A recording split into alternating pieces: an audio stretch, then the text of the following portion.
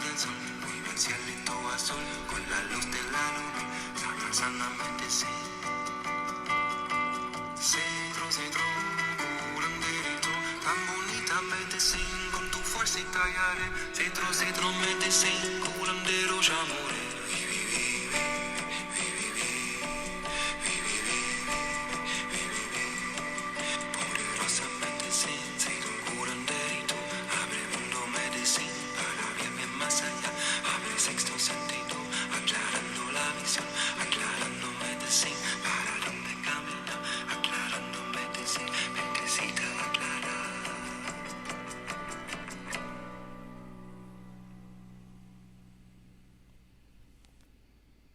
Hello and welcome to the show.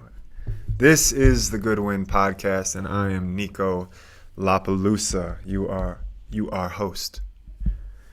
And that was Cedar by Rainer Schuenbrand.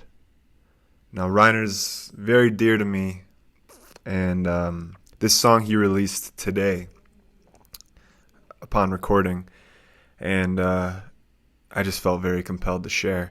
It's about cedar, which is a very widely used ceremonial incense, powerful at clearing space. It's powerful to pray with. It has a very distinct aroma, and it's quite pleasant. And it's been incorporated in the peyote ceremonies that I've been in recently quite a bit. There's actually a cedar woman who at various points of the prayer throughout the night will cast cedar onto the fire, and it'll be anytime someone prays for someone in particular. For instance, I prayed for my grandmother. My last ceremony was on her 90th birthday, and I prayed for her. They asked me what her name was. I shared her name is Elaine, and they cast some cedar on the fire for her. It's kind of like a ealiupe for the prayer. It also is used to kind of clear space and clear energy. And this is all based on my own observations, sitting in these circles. I haven't been formally trained yet to work with any of these like ritualistic things. It's kind of based on intuition. But if someone gets well, we call it getting well, but it's throwing up, purging. In these particular ceremonies, since we're outside, you're encouraged to purge into the ground. You kind of throw up, get well into the ground. And for those who don't experience ceremony, getting well sounds a little bit culty. It does, It's like, how can throwing up be getting well? I had some resistance built around the word, even if you don't. I had some personal resistances, and I wouldn't say it. I wouldn't say getting well. I'd say purge or throwing up. But when you're under the medicine, when you're in this experience, and you're in that deep dark place, or that aspect of yourself that's grimacing or struggles with reality, the part of me that wants to escape or run away or seek comfort and avoid, it's like this wretched feeling. And when I have been able to purge, which is many times, it has truly felt like a getting well. And furthermore, I think I've spoke about this in maybe the last episode about the peyote ceremony. When others in the circle, when you're sitting in the circle, and this could just be me, but I don't think so. Sometimes things come up, life comes up. I would feel discomfort, and then all of a sudden someone across the way, a couple people down, wherever, would purge, and then I would be relieved. I would be relieved by their purging, and in this way it feels like getting well. someone made the analogy like in a chain of volcanoes, like Hawaii or whatever. There's a ring of fire, which is like a large, huge ring of volcano structures, and when one erupts, it takes the pressure off of all of them. So they're kind of united in this through these channels of lava. They're all kind of connected, and the pressure's alleviated when one explodes, erupts. And I've very, very certainly felt that. And even in my like early workings with medicine, and I don't know if it's because I've been programmed or orientated to kind of see the purging process as getting well. But I remember, one first or second ceremony in 2012, 13,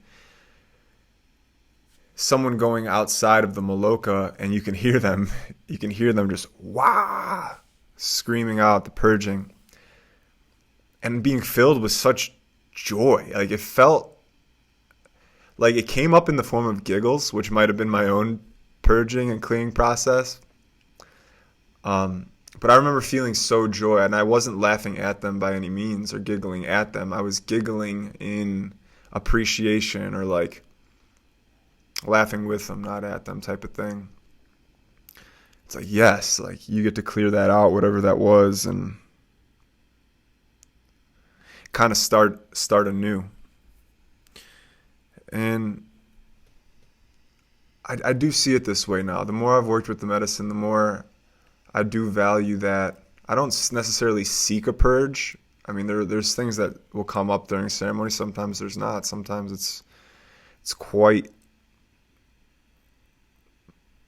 not easy, just not so physically demanding or excruciating in some episode or in some ceremonies. And when things have come up, sometimes you have the choice, Sometimes you have the choice to kind of like become more present, more centered, kind of relax into your body, relax into your breath, and kind of breathe through the wave of nausea or of discomfort. And sometimes that's been helpful at like kind of witnessing my own power, seeing what's reactionary and what I can actually breathe through, sit through, and kind of allow. And both have been helpful. And then there's just been times where I've sat up and almost there's like a tipping point. It's like, am I either gonna hold on to this or let it go? And then some ceremonies you have like individual buckets, containers, whatever, purge cups, and the commitment to grab the cup and put it in front of me is primes my body. It's like, all right, this one's gonna leave, but I'll wait as long as I can before grabbing the cup. It'll already start to be rising within me, and then there's the other times where I can just breathe through. And then there's a time where you don't have a choice, where it's a reaction. It's like you're kind of sitting. You usually don't feel too great before a purge, or I don't. Because usually afterwards there is some sort of relief. There's some sort of maybe physiologically or chemically, I think when you do purge or throw up, there is kind of like a head rush or something, and maybe that causes some sort of oxytocin, serotonin thing. I'm not sure about that, but there is a sense of relief that comes post-purge most of the times, 90+% of the times, and sometimes you'll just be sitting, kind of vibing, or like deep in the medicine, disassociated with your body, mind, timeless space. There's a few places in the medicine, they're undescribable, right? They're indescribable, but when I get there, when I'm in that frequency or vibration, it feels familiar now, where it's like, oh, I've been here. It's like one of the places I call like a twinai, and there's a lot of songs that go like twinai ni na ni na na ni na ni na twinai na ni na ni na twinai ni na ni na. Not to that melody, but they use twinai, and it's kind of like this similar world. It's kind of like sleepy and intoxicating and very full on. And that's kind of a place. I've also been to a place that I describe as like, it's like a washing station. It's like a huge car wash, but it's like the bristles are like completely all around me. And things are rotating and moving in and out. And it's not so much visual as like, this is kind of the sensation. I'm kind of in this bubbling brew of like rotating, and it's full on again, and it's very full. I kind of associate this as like a cleaning center. And then I've been to like places where you're kind of still in the same room, but the dimensions are just stretched out, and like with the light of a candle or a fire, it's kind of like this similar ancient feeling place. There's also like a green world I've kind of been into, and I've also felt like I've been the color yellow before, so whatever that's about. And sometimes I didn't have the choice to whether or not to purge or keep the medicine. You know, sometimes it comes up and out. And there's been some times where I've purged and like fireworks or like snakes like are exiting my body, like, or my mind sphere, or they're in my imagination, just like whoosh, whoosh, whoosh, whoosh, whoosh, whoosh, whoosh, like dispersing energy.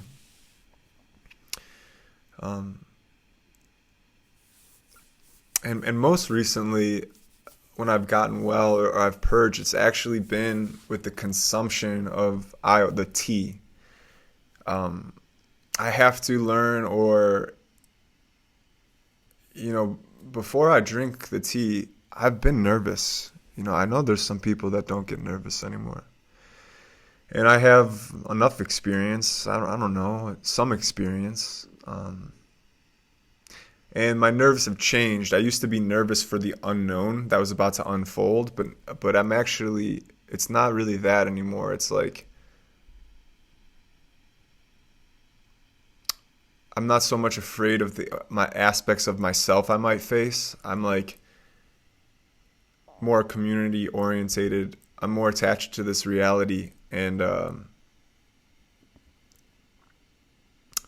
it's hard to explain. I'm actually nervous for the taste, the actual drinking of the medicine sometimes. In the last peyote ceremony I was at, they said, try not to make a face. Try to smile when taking the medicine, eating the medicine, because it's you. Those are aspects of you. And the peyote is very bitter, but ayahuasca is it's not bitter. It's, maybe some will consider it bitter. It's like spicy, but also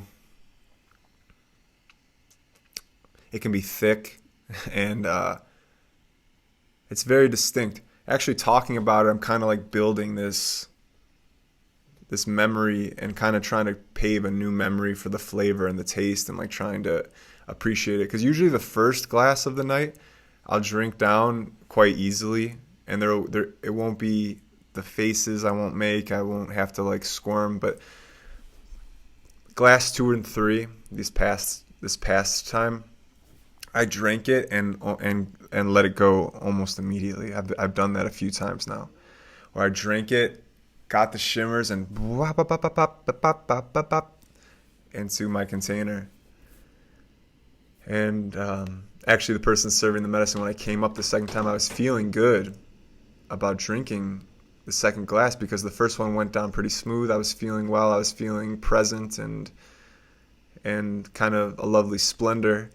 And they said, if you need more, just come up. You don't have to ask. I said, okay, that's really nice. Also weird. So I drink it, and I go and sit down. Whop, came up right away. Right away. It wasn't that time where I kind of got to sit in and, can I cold this one down? No, it was immediate. And a lesson, like kind of like a big ongoing lesson I've experienced, and I think this is very common, is I'll talk to men in the group, and they're strong. You know, men can be strong. Women of course are strong, but I'm thinking about conversations I've had with some men in the group, and they're like, "Yeah, I've never purged," and it comes off though. What I'm sensing or what I'm gathering, and they'll even admit this in themselves. They're like, I can't get sick in front of other people. And that phrase, I can't do that. It's a fear. It's a fear. It's throwing up in front of people. Maybe you've never done it. Extremely vulnerable. Appearing sick or appearing ill, and like, it's so vulnerable. And I think a lot of people can't cross that vulnerability barrier. They can't humble themselves to get well in the group. Some people will sneak off. They'll go off and they'll purge, and they'll want to be alone. And I understand that. Like, I felt that too. A lot of times when I wouldn't allow myself to purge, it was keeping a face, maintaining a face or a balance or a sense of self identity, and not really for my highest good. Because what I'm learning more recently, and now having been sick with cancer and kind of, you know, being weak and vulnerable in front of my girlfriend, in front of my family, in a way, and then having to humble myself because having little feelings like I have little options. I'm okay getting well in a community. I don't have to leave. I can stay. I can be seen, even at that weak point. And I'm thankful to have gotten there, because it really is a dysfunction, or like it's a sticky thing to feel like you have to hold on and save face and protect yourself like that. And some of the ceremonies I've sat in recently, you know, they say purging is a prayer, and it is. It feels like this now. To purge is to pray, is to let go, is to surrender, is to be vulnerable, but in that vulnerability is not weakness. Some will perceive your vulnerability as weakness. It's true. But they'll understand one day. They really will. Those people probably haven't been faced with what life inevitably brings, you know. Or you know, just, I'm sure they have had tribulations, but maybe not in the way where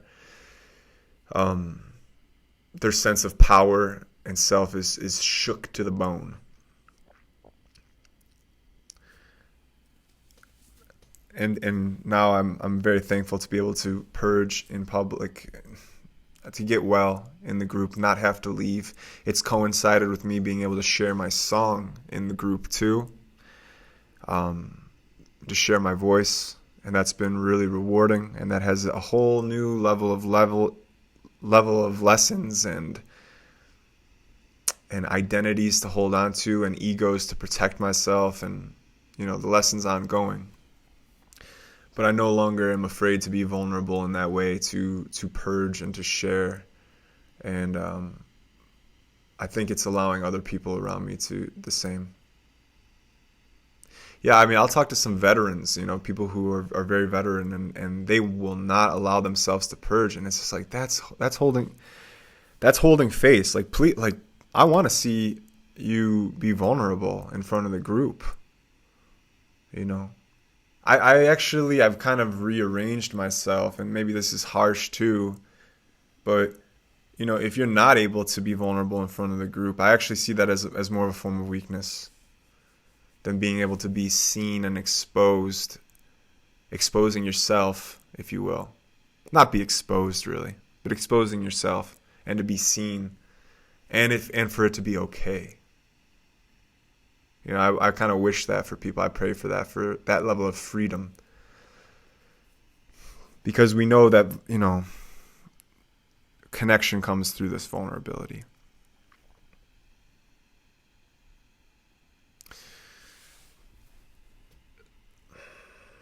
So getting well. It's getting well. Purging feels a lot like getting well at times, and navigating that.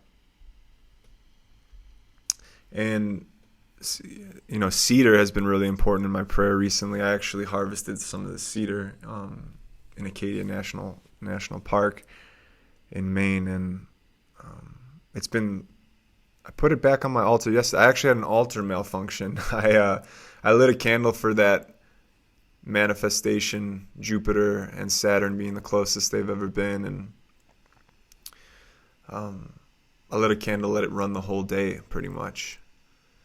And shout out to that last episode. If you were around for that last episode, I haven't yet listened to it fully myself. I tend to listen to all the episodes and just it's kind of my way of growing in this skill of sharing podcasts and telling stories and sharing myself. I kind of go back to episodes and re-listen to them and take mental notes, not really physical notes, but that last episode was wacky and wild. I was really feeling the medicine of the mushroom, and it'll be interesting to go back and see how it came across. I kind of think of there's a Family Guy episode where Lois and Peter, they make a band, and they're making this beautiful. They find weed, they find cannabis, which they hadn't smoked since college or whatever, and they make a band, and they realize, oh my God, this music, we're kind of musical geniuses. Cannabis has really opened this door of music to us, and they make this folk band and they sing this really good music. And then near the end of the episode, they zoom out and they show you the perspective of another witnessing them play the music, and the music sounds kind of awful and disjointed, and it was all in their head how good they were sounding. They were just appreciating the medicine of the cannabis. So it'll be interesting to go back and see this how the episode looks, how it feels, how it sounds. But because of the altar malfunction, I lit a candle all day, and it popped pretty much, and the wax poured on the altar and burned some of the linen that I had covering the table. And I was in the room, fortunately, because I was in the middle of doing some editing or something. I hear a crackling. I look up, and the altar's on fire. On the manifestation day, on a day I was praying, it felt very okay. It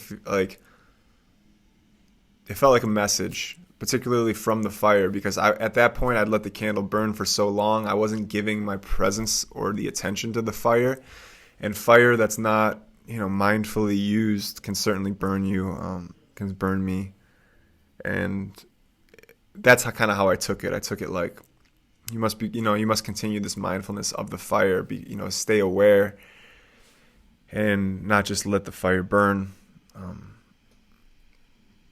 It had also singed some owl feathers. I had 2 owl feathers on the altar that it was near, and it singed them. And if I was kind of a little upset. Last episode, if you checked in, I was doing a lot of forgiveness, and one of the forgiveness, not rituals, I was just kind of going through the apology in my head, wishing the best for this person, building myself up, apologizing to myself to having reacted certain ways, and they kind of had something to do with the owl feathers too. So it was almost like the singeing of those feathers was kind of I don't know, it almost brought that back to my mind. And at first I was bummed, but I actually cut the feathers and shaped them into this really beautiful shape that I might make into some earrings and give as a gift. If I figure out how to make earrings. I have no idea how to make earrings, but that's kind of how they look. They're a good shape for that, it seems. So I lost 2 halves of 2 feathers, And I had to reorientate my altar. This whole point is because the altar had been, changed and lit on fire in a way.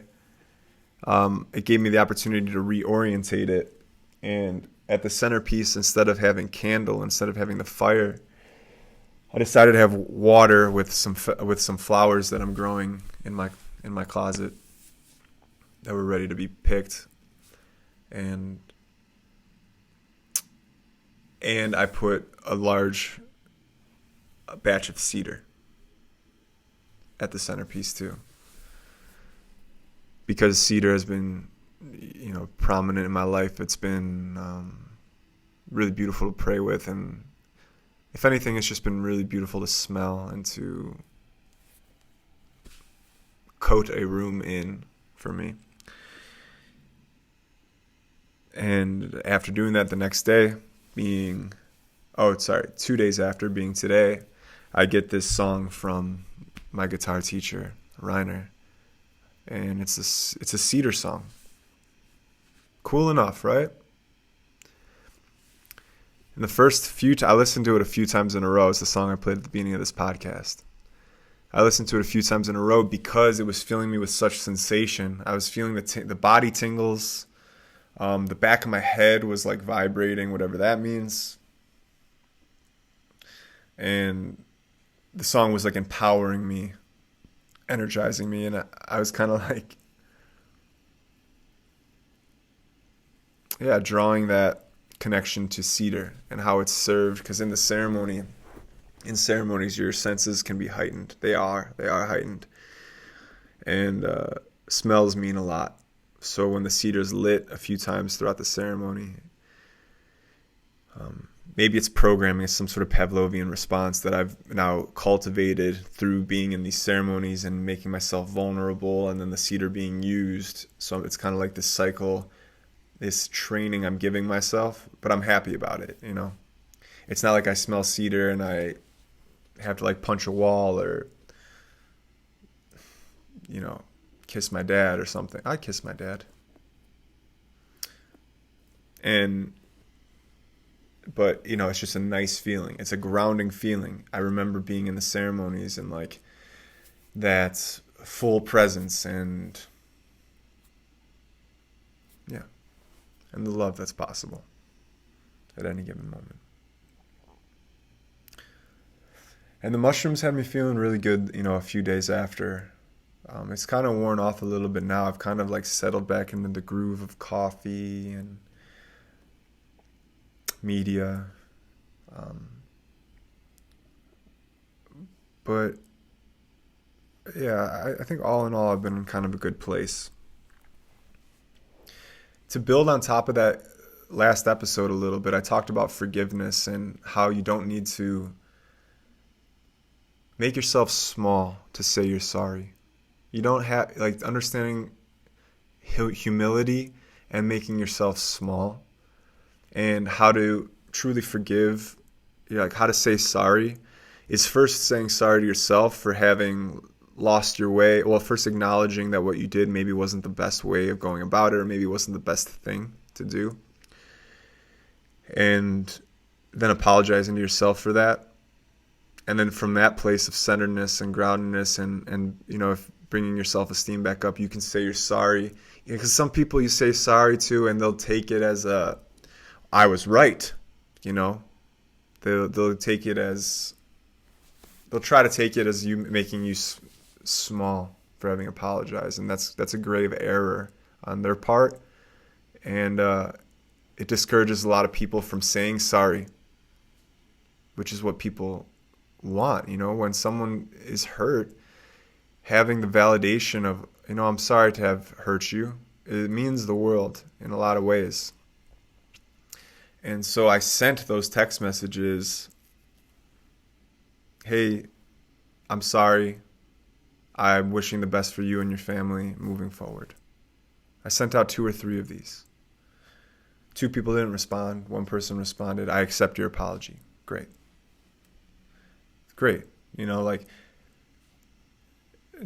no expectation. I sent it out. I primed myself. No matter what they say, if they double down and say, well, what you did was still wrong, I'm still hurt, I'm just sending the sorry. I don't need anything in return. They said, I accept your apology. It felt okay. It felt good. Then the next day came, and I'm like, well, this person, did hurt me as well. They're not just a victim. I didn't just go out and punch them, a random person on the street. But this is a person that's hurt me, that's yelled at me in the past for very minor things, who I know has bad talked me behind my back and run negativity around me. And so I messaged him. I said, what did I say? I said, there's no expectations. But if you find it within your heart and through self-reflection to apologize to me, I will accept it as graciously as you did. And then I said, no expectations. I think I said then, but it's important for me to build this bridge so that if and when you're ready to walk across it, you can. So basically, I wanted to share my expectations that if they did want to apologize for the past that led up to the point of me kind of popping and like being angry and sharing anger at them, with them, through them, I would be willing to accept their apology. And I sent that without the expectation of it coming back. And they messaged me back saying, I don't see anything I have to apologize for. Tell me of something that I did. Don't really want to play this game, because when you send something specific back, I've talked about this in previous episodes, a lot of people will say, well, tell me exactly when I did something wrong, and then you'll say it to them, and then they'll defend that particular moment, completely cutting off or negating the millions of micro moments leading up to that one moment. Because sometimes what is the straw that breaks the camel's back is not the full weight that breaks us in the first place. The straw that breaks the camel's back might be justifiable, but it's not in the context of the entirety of the relationship. So I just basically kept it general. I said, for you having yelled at me in the past and using harsh language, and for you speaking ill about me behind my back to people in the community, people in our community. And then no response back, which is fine. I kind of expected no response in the first place. So the bridge is built. If they choose to walk across it, they can. But now I feel comfortable having done everything. There was a part of me that wanted to be like, because when I said I'm sorry, I wasn't specific. And in this particular case, I'm not sorry for what I said, because what I said, maybe I don't have to get into the details. It was a relationship where someone kind of, this is when I was still making myself quite small to be around people to make them feel more comfortable. And this person kind of took advantage of that. They very judgmental, an air of superiority, and this was evident through their judgments and through how they talked, inability to listen. And anytime there was some sort of debate, even low-level debate, it would rise in like anger and stuff like that. Like it's just hyper defensive. And what I said was around that, but with anger and like, so I wasn't sorry for what I said. I was going to send another message. I'm not, just to be clear, I'm not apologizing for what I said. What I said still feels true to me, but how I said it was not valuable. It wasn't constructive. And even for you to be able to hear what I had to say, it wasn't effective at being able to transmit that. So I'm sorry for the how, but not for the what. And I haven't sent that message yet. And I don't know if I will. Maybe I will. It feels okay to say in the name of clarity. But it's also, I wanted to give an apology at the time with no conditions. I wanted to say I'm sorry. Just I'm sorry, man. I'm sorry that you felt bad, and that I had anything to do with it. And yeah, just like a conditionless sorry. Not an I'm sorry, but I'm sorry, but is that always feels a little shitty. But just an I'm sorry. I wish the best for you. And now the but is coming like a few days later if I choose to send that message.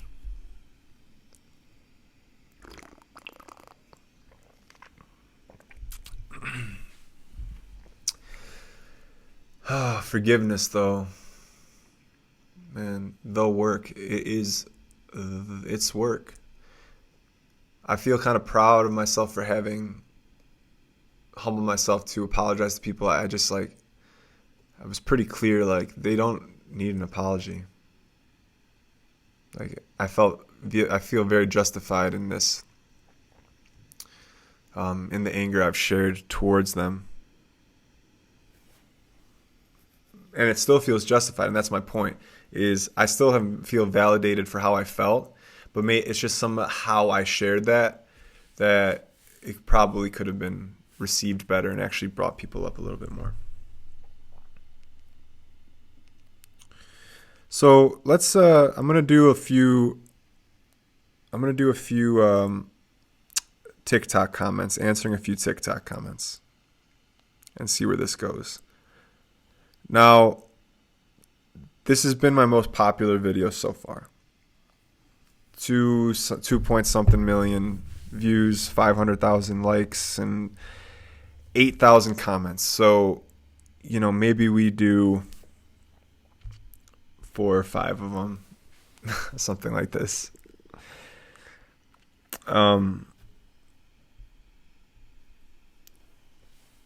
This video was about the menstrual cycle, and basically I was pointing to the fact that men have a hormonal cycle too. In the morning, their testosterone is recorded at higher levels, and it tapers off throughout the day. So I pointed to that 24-hour hormonal testosterone cycle. And that's all I pretty much said. And I said it over a minute, and it blew up. People liked it. And we'll see where this goes, because a lot of the comments are like, this is opposite of me. Because I said how testosterone's high in the morning and it tapers off at night. So it might be best to approach earlier in the day with critical conversations, with more energetic tasks, and in the evening, keeping it more chill and stuff like that. And people are coming through like, hey, it's the opposite for me. Like, I come alive in the night, or I, in the morning, I'm not a morning person. So don't come at me with any critical conversations in the morning. Like, you can't be telling me anything in the morning. And to that, I just want to say, like, this is pseudoscience-y. Of course it's pseudoscience-y. There's a reason that when you go and get your testosterone tested, you get it tested in the morning. It is higher. Now, how that affects you're way more complex than just testosterone. This is an overly materialistic view, right? To narrow down your existence to a single hormone. Like, that kind of goes against a lot what I share on this podcast. It kind of goes against a lot of how I feel. And these videos are 1-minute videos, and they're just kind of ideas that float around my head, and I share them. And of course, you're not reduced to a single hormone level in your body. And, that can be also how you live, the habits you've created. You may come alive in the night because you've trained yourself to do so. All of your social activities in the night, and you stay up late, and then you sleep in. It could be your drug use, your diet. When I was smoking a lot of weed, I would sleep till 10 pretty easily. So to wake me up at 7 a.m. would be very challenging. And now it's a little different. Now I'm waking up for no reason at like 7 a.m. And it's still dark. So I'm kind of I wake up and just kind of sit and wait for the sun to come up, and then say, thank you, and then keep it moving. But yeah, I understand not being a morning person, and in my early 20s, I think there was like a few days in the winter where I would go to bed when it was dark and I'd wake up when it was dark. That means that I went to bed around like 3 or 4 in the morning, and I'd wake up at 5 p.m. I missed a whole day of sunlight. And maybe I did that a couple times. But that's what drinking and like not taking care of myself did to me,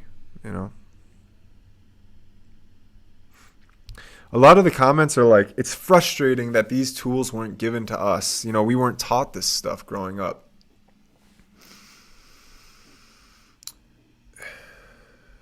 Yeah, I wonder I think maybe in sex ed we can talk about hormone cycles. We should have. But where are you getting sex ed? In high school, I didn't have sex ed. I had a human sexuality courses. I took a year of human sexuality in college, and maybe we talked about hormones. The only things that really stuck out were like trans rights, like LGBTQ plus things. We had like a sex toy lesson that stuck out. Like they passed around a bunch of like unused sex toys around, and we got to see each of them.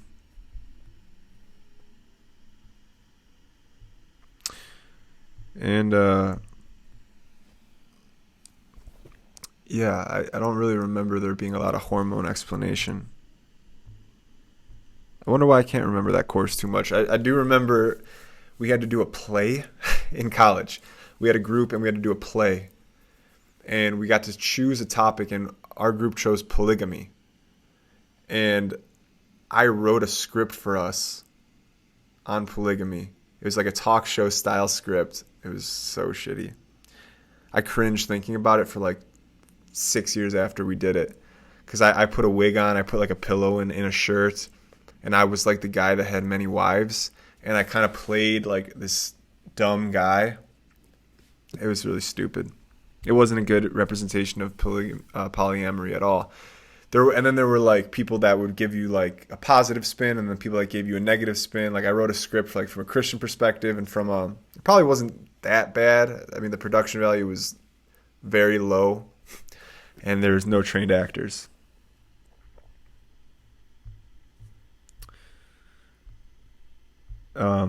I haven't been reading any of these. I mean, I've been reading some of them. There's a lot of people that, this brought a lot of anger, Guys, trans porn said testosterone affects none of these things. Yeah. Okay. I mean, people who take testosterone therapy, they report mood changes, So to say it affects none, maybe. There's 17 replies.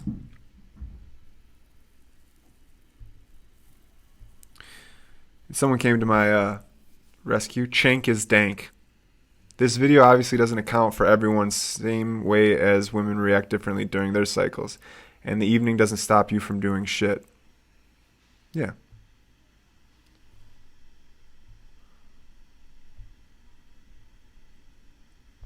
Nor is this, and then they reply. Then they go back and forth. So they kind of took care of themselves. The comment section will take care of itself. I thought I used to have to moderate the comments a lot. But I don't. People take care of themselves. People, even with the bad comments, people come through and like save me. How did I not know this about myself? Didn't even know men have a cycle. Everything has a cycle, this world we live in is cyclical. There's evidence for that everywhere. The waves of the ocean, the seasons, time itself, birth through death. I mean, just there's cycles everywhere. I like looking through the filter of cycles too. Particularly when I'm going through a tough time, knowing that it'll pass and there will be an upswing for the downswing.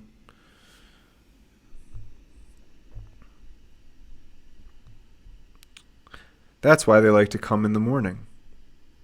Yeah, I mean, morning erections. That's a thing. That might have something to do with it.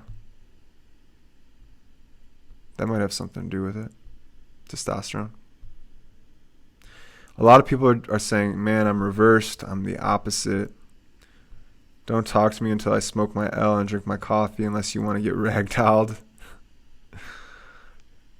Thank you, sir. There's not a lot of questions here. Let's see if we can get just a couple more questions. My guy, this is our circadian rhythm. Yeah, the circadian rhythm is a really good example. Has anyone told you look like Bradley Cooper? Yes. Yeah, they have. Dixienormous. Oh, at Dixienormous. Someone tagged Dixienormous in this and said, I bet you didn't know this. Some of the names on TikTok are just fucking wild. People just wild.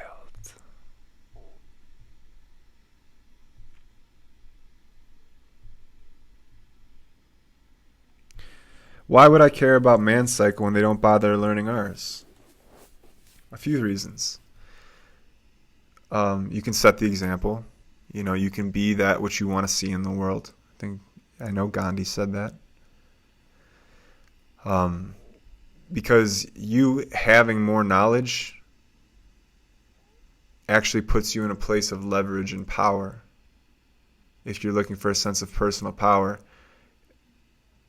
knowledge is power, right? So by you being in the know and them not, it actually gives you a step up. So you can, and also setting the example. Because maybe with the right people, when you take interest in them and show them true affection and care, they'll reciprocate. I want to leave a comment on that one. Here we go. Plant-based puta says, hi, Uncle Nico. Do you know if and how regular drug and alcohol use influences the menstrual cycle? I don't, but I do know it influenced mine. It affected my sleep rhythm. When I was smoking a lot and drinking a lot, I was also masturbating a lot and kind of making just worse decisions. Decisions compound. Momentum swings up and momentum swings down. So I do think it would be an effect. No, I don't know the specifics. Does this mean I should be working out in the morning instead of night? Not necessarily. I love morning workouts personally. I like jiu-jitsu in the morning. I like fighting more in the morning. In the night, sometimes when I play jiu-jitsu at the night, my adrenaline keeps me up a little bit later. And I just tend to have more power and speed in the morning. Not that you shouldn't train when you're a little bit lower. Work on technique and stuff, but I do like to train in the morning.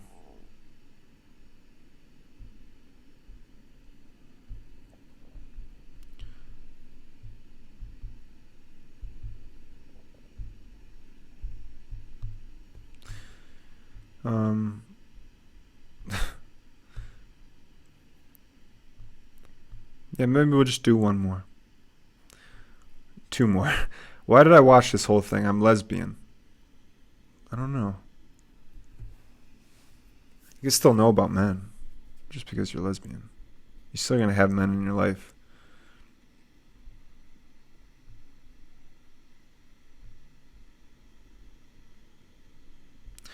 All right, last one here. Bree 805. What if your man is sleep deprived because we have a 3-month-old and we both wake up at different hours of the day? I think sleep has an effect on your hormones for sure. I think there's plenty of evidence to support that. So if you're sleep deprived, there probably is a fluctuation in your hormone levels. That correlation, I can make an assumption, but again, it's an assumption. I don't know. I don't have any data to prove this. For me, sleep deprivation probably boosts your cortisol. And I think boosting your cortisol increases your testosterone on the short run, but sustained cortisol actually shows a drop in testosterone. So I think sleep deprivation over the long term will drop your testosterone levels as a man. And again, that is a educated guess. Educated guess.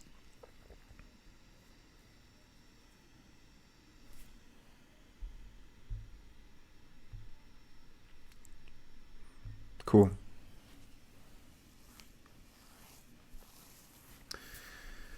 Well, I liked this episode. It kind of flowed pretty nice. And thank you guys all for being here. As always, thank you so much. Hey, would you leave a rating? Please leave a rating on Apple and Spotify if you can. Those ratings actually help. If you can leave a review and a 5-star rating if you like it, that would be awesome. That would be very, very, very much appreciated. Those things, I guess, add up. So please do leave a review. And I appreciate you. I appreciate you for coming through and giving this a listen. I hope you took something valuable from it. And I hope you enjoyed that song at the beginning by Rainer Schoenbrand. Check him out on Spotify. If you like guitar, you will be blown away. Such strong music, such a powerful teacher and a powerful musician. So please give him a check out as well. Thank you again. I love you. I love me, and I love you. And even that fly on my window right now, I'll throw some love as well. This has been the Goodwind.